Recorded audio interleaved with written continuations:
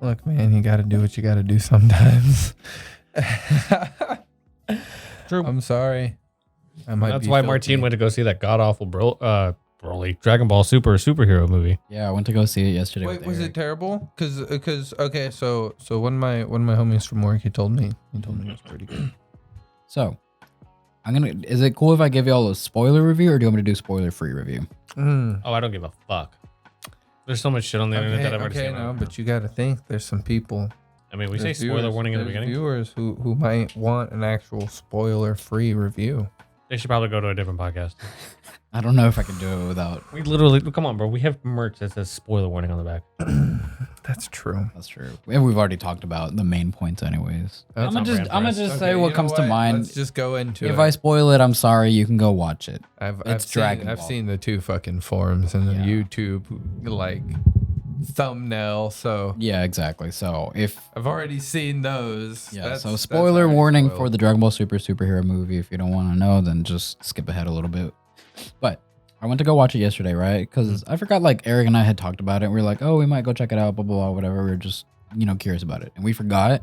He randomly texted me, and he was like, hey, yo, you want to go? And I was like, yeah, fuck it. I ain't got nothing else to do. So we went, fully expecting this movie to kind of just be kind of shit, because that's just the idea that I had. It's what it looked like and everything. And by the time the movie finished, it was really good.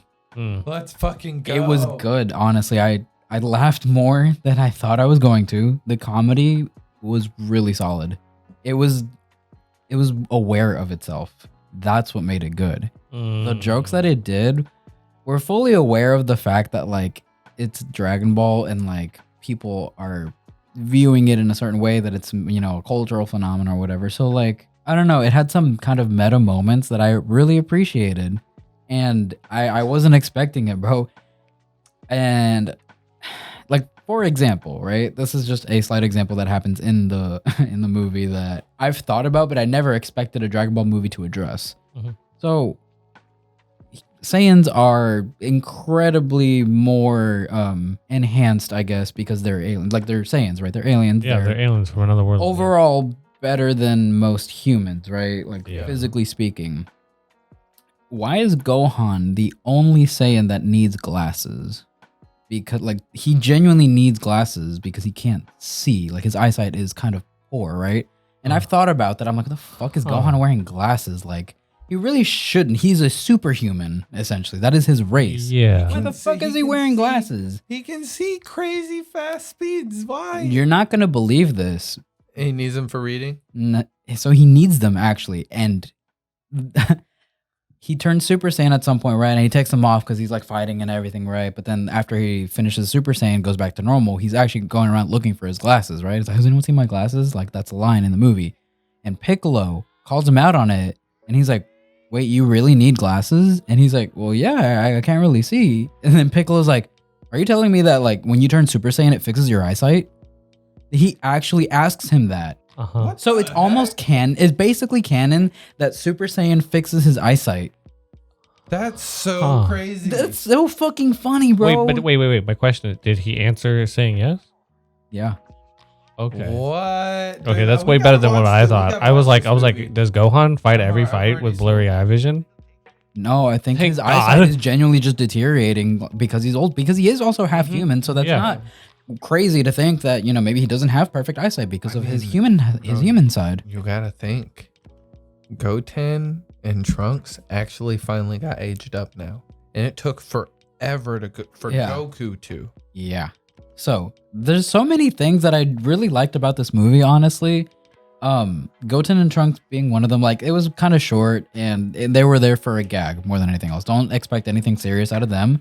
But yeah, because why would we ever get anything serious with Trunks and Goten? But fat form. They did age them up, and Goten has a deeper voice, and like I kind of just was fucking with it. I was like, okay, he sounds like a teenager.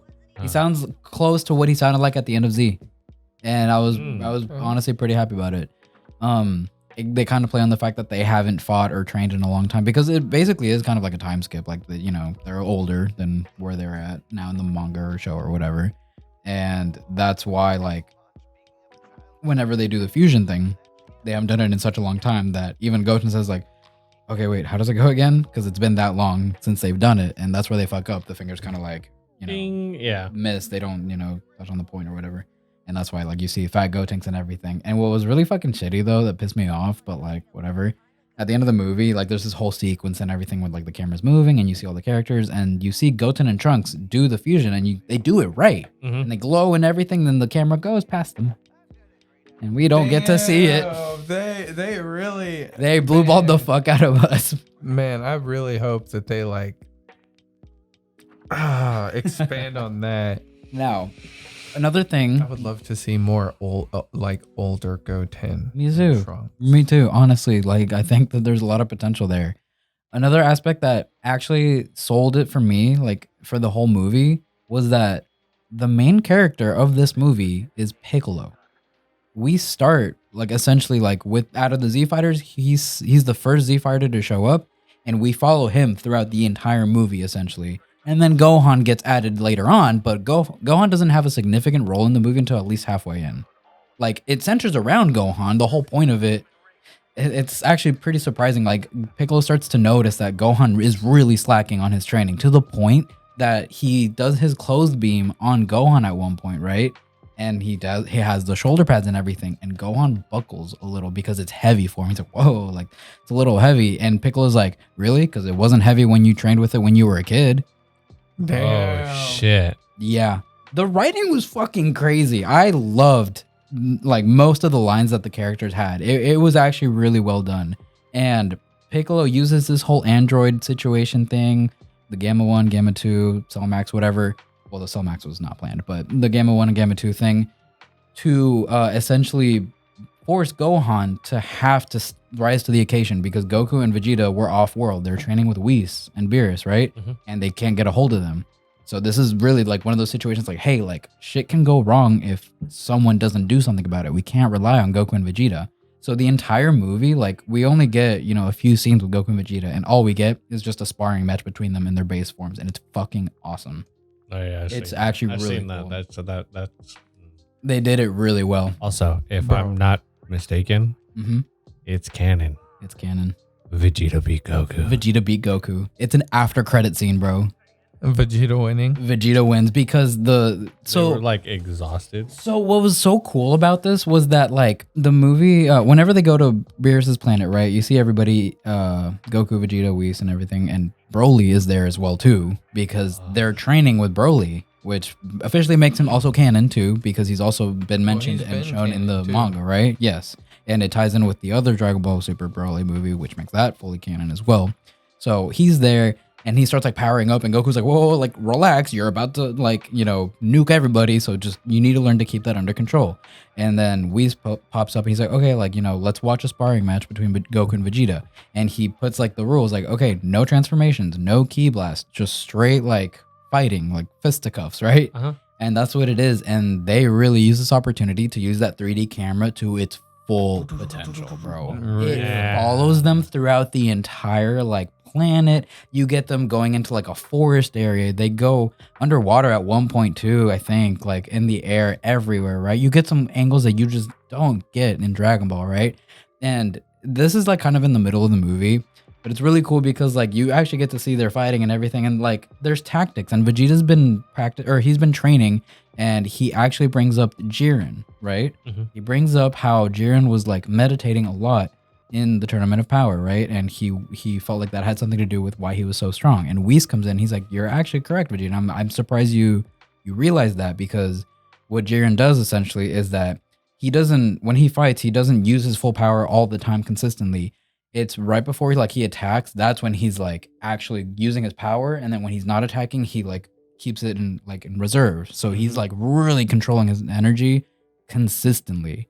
So that's what Vegeta's doing. That level head. And because of that, that's what he starts incorporating in his fight with Goku. And they even mentioned like, wow, like I can actually see some improvement in Vegeta. Like he's actually giving Goku a good run for his money. And then we cut away from the fight, and then we go back to Earth and everything that's going on there. And we don't get to see the conclusion of that fight until the after credit scene, where they're both. So you remember Naruto versus Sasuke at the end when they're like, super slow punching because they are just done. Like one goes for the other cut, the other one's got his head on the it's like one last like super slow punch, and Vegeta gets it and pushes Goku over, and Goku's on the ground and he cannot move anymore. He is fully exhausted. He's like, all right, I give up. And Vegeta officially beats Goku. Like, and I thought that was so funny that they added that, I love it. Now, another thing, I'm trying to keep this concise because I know there's other things that we want to talk about, but another aspect that I think you guys would actually really appreciate, Gamma 1 and Gamma 2, like the androids that are in there. The superheroes. The superheroes. Yeah. Would you believe that they're really well-written characters? And I was genuinely like... Yeah, absolutely. I loved them. They were one of my favorite parts of the movie. Yeah, you know how I knew they were going to be well-written? Mm-hmm. Cellmax is a dumb fucking animal. Yes. Yeah. There has to be like... There has to be something there. Yeah, there has to be like actual depth coming from it somewhere. Mm-hmm. And that was where my money was. Yeah, like they have a lot of common sense, which is kind of cool, honestly, because they're both really different. Gamma 1 is, I think, the red one, and then Gamma 2 is the blue one. And it's cool because they're essentially like twins. They're both, related as much as an android can be. Mm-hmm. But Gamma 1 has like that more serious, stoic kind of characteristics and like persona. Mm-hmm. And Gamma 2 is more of like the fun, like flamboyant, hey, I'm a superhero. Like, don't worry, we're tough. Like, we're cool. So like, it's that clash of like personalities. So like that time that Danny Phantom got separated. And like he had two personalities. He had like super chill Danny. Uh-huh. And he was just and super and like then like outgoing. super like I'm Danny Phantom. Kinda, yeah, something similar to that. And that's what I really liked about it, because they were both like clashing personalities, but I don't know, just played off each other. They played off each other, exactly. They played off each other super well. Their relations to the Red Ribbon Army and where that comes from, getting to know more about it's Dr. Jiro's grandson is the one who creates all of it, right? Mm. He's actually not a villain. He's not a bad guy. It's kind of like a case where it's he got tricked or manipulated into doing all of this for someone else. And I really like it because, in my opinion, like the writing is not perfect by any means, but for a Dragon Ball plot, I thought that it made sense because the basic premise of it was the fact that like they're wanting to create these androids and superhumans and revive Cell in a controlled form because they believed Bulma to be working with aliens, and that they don't know what they're planning because they found out that they're the ones who actually defeated the original Cell, right? Mm-hmm. And they're not wrong in that aspect. She is technically working with aliens, who can destroy the planet at any moment. They did technically destroy the original Cell. Yeah, so like from that perspective, not seeing everything that they've done, right, and also they also found out about Majin Buu and everything, and they also have like this Majin Buu creature that could also potentially, destroy us all or whatever, blah blah blah. They kind of like presented that to Dr. Hedo, right, and that's what convinced him to be like, hey, like we might need to protect ourselves. So this is an opportunity to really like do something good for humanity, right? And create these superheroes because he has a fascination with superheroes. Mm-hmm.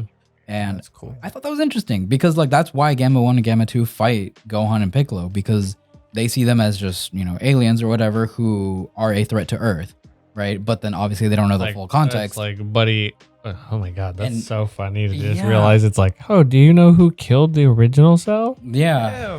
Him. And look, he's an alien too, but he's part human. That one's just an alien, but he was born here. Mm-hmm. In fact, he's part that's God. Cell's daddy. Mm-hmm. He fused with God. There's so much to it, and they bring that up in the fighting. Like Gamma 1 is fighting Gohan. He's like, "You're an alien. Like you could destroy us at any point." Blah blah blah. Antagonizing Gohan, and Gohan's like, "What are you talking about?" Because the way they got Gohan to show up is by kidnapping Pan, right? But the funny thing was, and I kind of should have expected this, but like Pan was not actually kidnapped.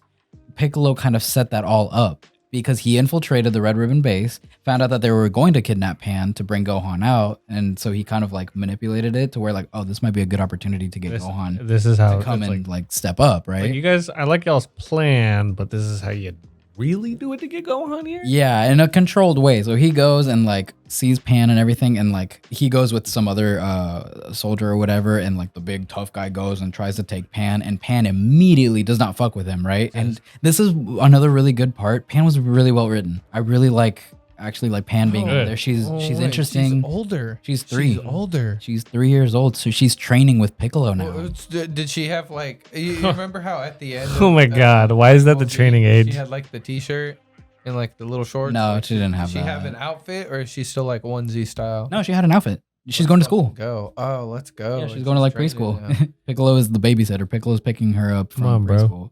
That's the granddaughter of the hero of the world. She's going to the best, probably the best. Yeah, the hero of the world, Satan. You're right. So yeah, Hail Satan.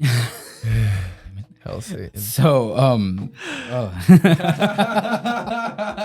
Hey, we don't get the references. I know. Well, fuck, you really threw me off with that. Sorry. Fuck you.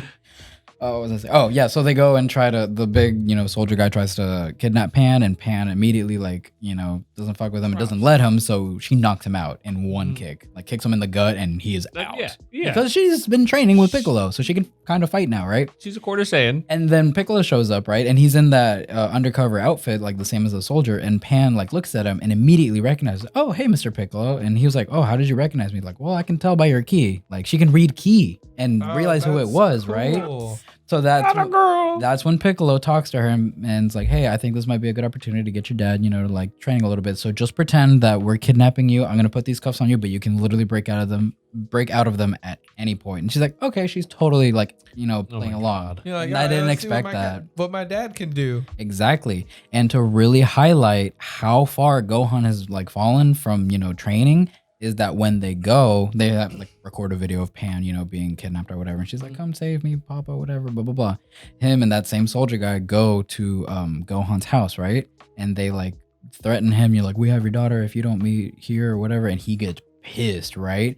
But before they show him the video, Gohan doesn't realize that it's Piccolo. And Piccolo starts thinking, he's like, how does he not realize it's me? Even Pan realized it was me. Is this how bad it's gotten that he can't he's not even reading key? He's not even reading key automatically and being able to distinguish who's who. And I was like, oh, that's bad. And it's little things like that it just was so surprising to me. And it was such good attention to detail that I was just, wow, I was really impressed by it. And, when they show him the video of Pan, he immediately gets fucking angry, turns Super Saiyan and starts powering up. It's like, where is my daughter? You will tell me right the fuck now or I will kill you. That fucking extreme. And he starts powering up and there's a little crater. It gets bigger and bigger and bigger. And you can see he still has that power deep down. It's just buried under all of his work and studies and shit that he's been doing. And Piccolo notices okay, he still has the power. That's the way, Gohan. You need to be able to protect your family. The Tournament of Power really pointed out he may, lose the way of the warrior. That power will always and has and always will lay dormant inside Gohan for the moments that he needs to protect his loved ones. He has this bottomless well of power and potential that really justifies why he is as strong as he is at certain points right throughout the show. He's always the person that when Goku and Vegeta are off doing their fucking thing, training always. And it's funny because even Gohan, brings up well, where's Goku and Vegeta? Let's let them know so he can come and do this or that or whatever, blah blah blah. And Piccolo's no, stop relying on them so much. You are you. And it's funny because not funny, but I really like that Piccolo does appreciate Gohan and he knows his potential. He has so much faith in him because he's seen what he's capable of, and it's that strict father figure that I want you to do better, you know what I mean? And he does a quick even sparring session, right? He goes and tries to punch Gohan and Gohan blocks it and Gohan gets cocky. He's like, oh, you didn't think I'm that rusty, right? And then Piccolo immediately goes for a gut punch and knocks the wind out of Gohan. Knocks the wind out of him, right? And Piccolo is look, if you don't get serious about this, I will beat you I will beat you down until you have no choice but to get stronger. I'm not playing anymore. We're going to make it when you were a kid again. Yeah. I'm going to throw you at that mountain. It's like when Goku took him into the hyperbolic time chamber. I'm gonna make a Super Saiyan out of you. Yeah. I needed an adult. I am an adult. No, you are not. Yeah, so there was so much in this movie that really like made me respect it more, and like I'm glad that I went in with no expectations really, because the one thing I actually haven't talked about, which was my biggest concern, was the CGI and like the 3D animation, and I really thought it was going to be a problem. But surprisingly, it was not. It did not take long for me to just be fully immersed in the story. I think that they wrote the story so well that it made me forget that I was watching a 3D like animated movie. Right? Excuse me. And what I think was cool. So much goes today. Yeah, that's a lot. What was really cool is that I compared it to Super Broly, and like I still think the Broly movie is better than this one for sure, and that's still one of my favorites. But what this one has going for it is that it was at least consistent. It was consistent with that CGI and everything, and it never took me out of it. There was never a part where I was like, oh, that looks really weird. You know what I mean? Like when you've seen, remember the early Attack on Titan season 4 shit when it was like, oh, that was like really different than what you're used to. Yeah. Never did it take me out of the viewing experience, right? Versus in Broly, when it was all like 2D animated, Vegeta's fight and everything looked phenomenal. And then as soon as we jumped to Goku, it was a different art style. And when they threw in the CGI, it took me out for a second. I was like, oh, like I noticed the CGI now. This movie never did that. It was because it started off strong and kept that consistency through the entire movie. Okay. Like, and that's something that I never gave any thought to. I was like, well, if it's consistently looking like that, then we can like, subconsciously forget that we're watching a fully CGI film and then just focus on the story. And they had a better story than the Broly movie too, because it was just more interesting with the characters that aren't Goku and Vegeta for once. You know what I mean? It doesn't revolve around them. And it was well done. I can't complain, honestly. It was up there with one of my favorites, at least. So you're saying it's better than Bio Broly? Nothing beats that. Shut up. Gary has the physical, bro. That's No. His childhood friend did. oh my bad. And lied about it. You have the fucking Bio. See, I have it. I listen. I also have Super 17. I know we have The that. one he hates the most. I can't believe we Oh have my god. fucking Bio Broly. Speaking of GT, there's a part that is so stupid in the movie, but I couldn't help but laugh because it's Oh my fucking God, tell me funny. they fucking made a joke about it. No, they didn't make a joke about it, but it's a part like the dragon shows up at some point, right? Oh, yeah. And they use him. This is kind of like I guess, they use the dragon to fully awaken Piccolo's hidden potential. Mm-hmm. That's how he gets his new forms and everything, because he remembers how on Namek, Elder Guru was the one to unlock Krillin and Gohan's potential, right? Yeah. He like broke that barrier. So he goes to Dende and asks him like, hey, can you do the same thing for me? Or I need you to do the same thing for me.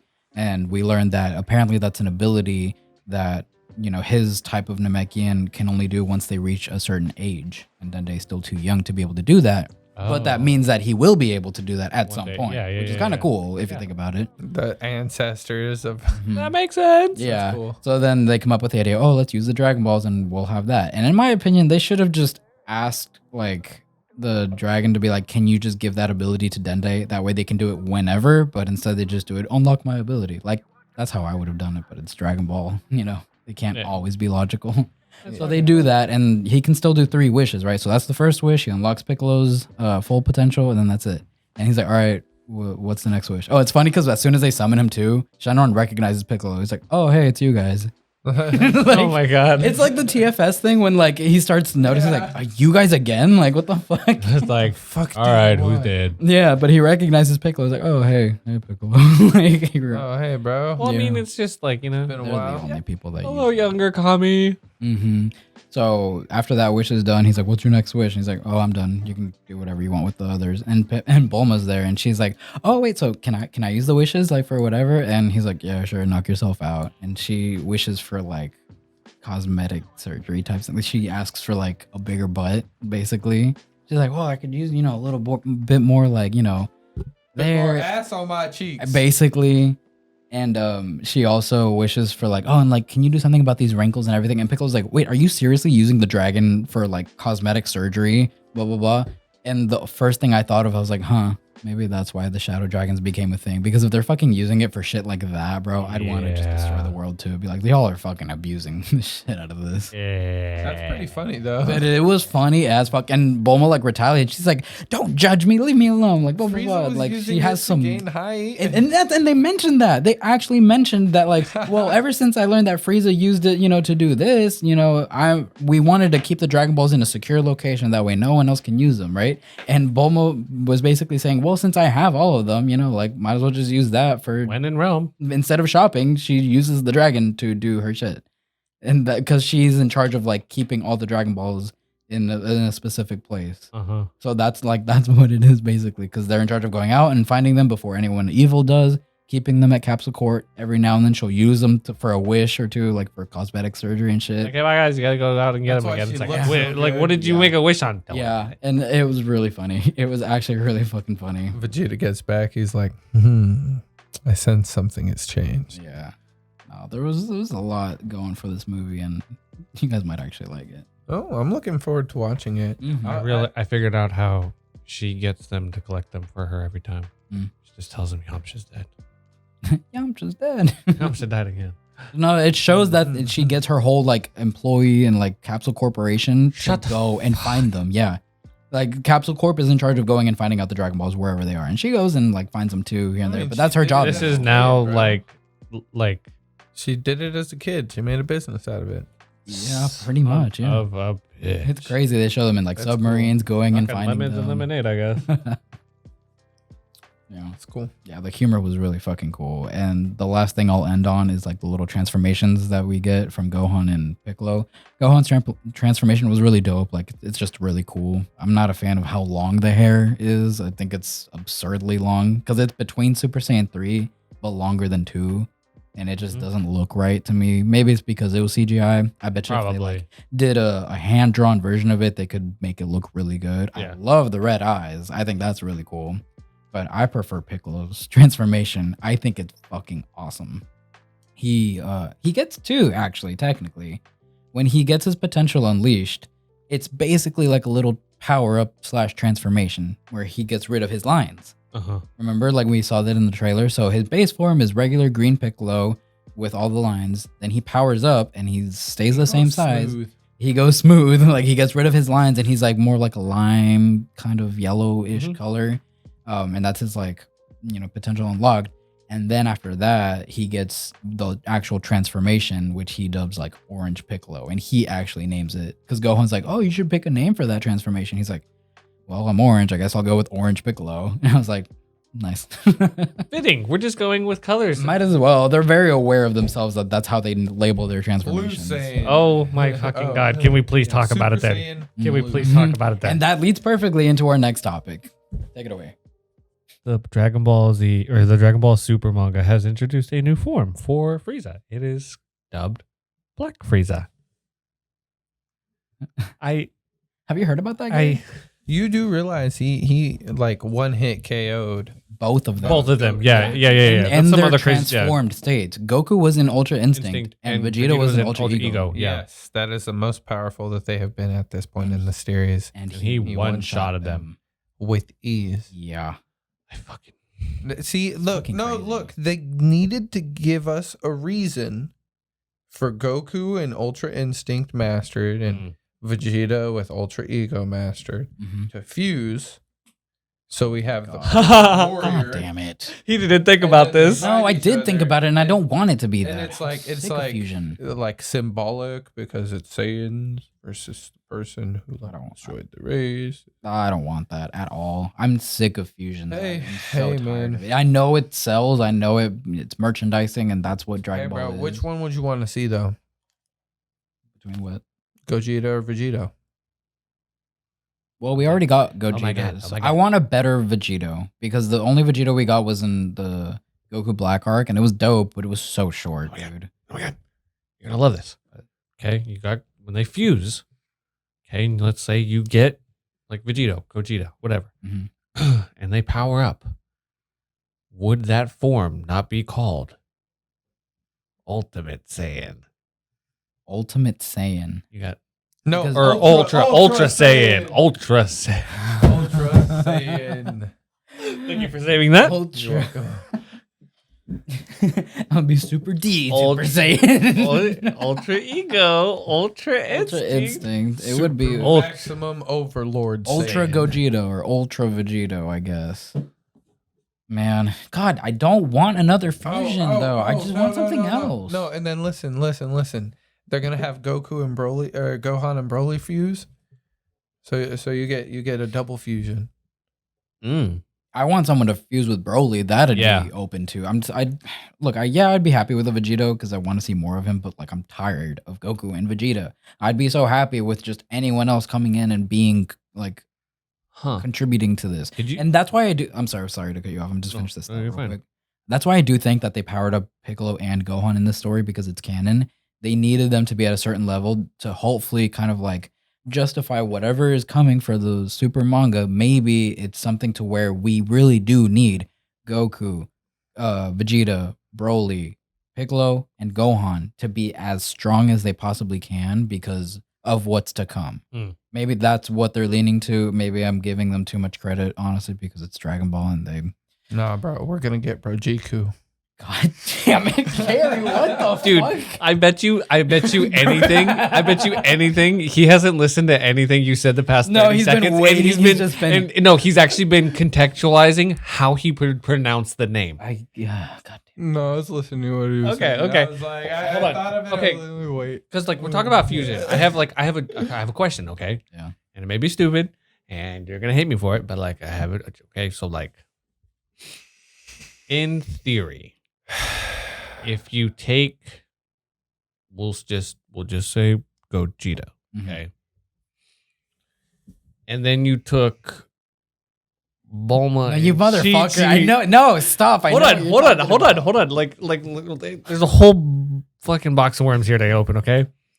And like, be Cholma. I'd go with Bolchi personally. Bolchi. Okay. It's too close to Boji. I don't want to violate a child. Bulgogi. What the fuck? Okay, continue your thought, please.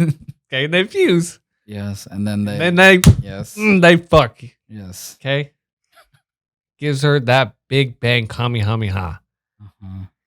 And they both get pregnant. Okay, that's my question. Would they both? Hold on. Okay, Would one exactly. Would one have twins? Okay. Oh my god. And then like when those like okay, like if you had both of them and they both had a kid. Gogeta's child. Exactly. Whose kid is it? And then now tell me, in theory, if both those kids fused, wouldn't that actually be the true form of that child? That is way too much to fucking process at this. Why today? It's what I do, Martin. It's what I do. That is too complex for Dragon Ball. Will never get that fucking crazy. Vegito, Gogeta, whichever one. They bust the nut. The sperms are gonna be fighting, bro. Like they're not gonna be swimming. They're gonna be duking it out to figure out who's strongest, and then they'll swim. There'll be one left. You know how Dragon Ball works.